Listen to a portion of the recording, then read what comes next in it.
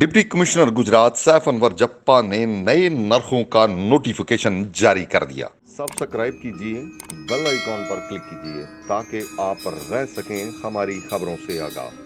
गुजरात में 10 किलोग्राम आटा होलसेल 419 रुपए, परचून 430 रुपए में फरोख्त होगा। सुपर बासमती चावल नया 130 रुपए, पुराने की कीमत 135 रुपए मुकर्रर की गई है। दाल चना बारीक की होलसेल कीमत 130 रुपए, परचून 135 रुपए किलो मुकर्रर। दाल चना मोटी होलसेल 120, परचून कीमत 125 रुपए किलो मुकर्रर।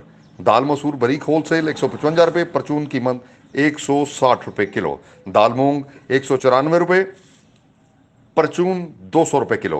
दाल मूंग छिलका होलसेल 174 रुपए, परचून 180 रुपए किलो।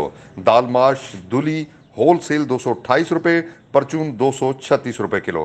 काले चने होलसेल 120 रुपए, परचून 125 रुपए किलो। सफेद चने बारीक होलसेल 94, परचून 98 रुपए किलो। सफेद चने कंडा होलसेल 105 रुपए, परचून 110 रुपए। बेसन होलसेल 125 रुपए, परचून 128 रुपए किलो।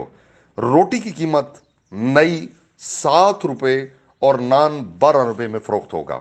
छोटा गोश्त 900 रुपए, बड़ा गोश्त 450 रुपए किलो फरोख्त होगा। दूध की कीमत 90 रुपए लीटर, दही 100 रुपए किलो होगा।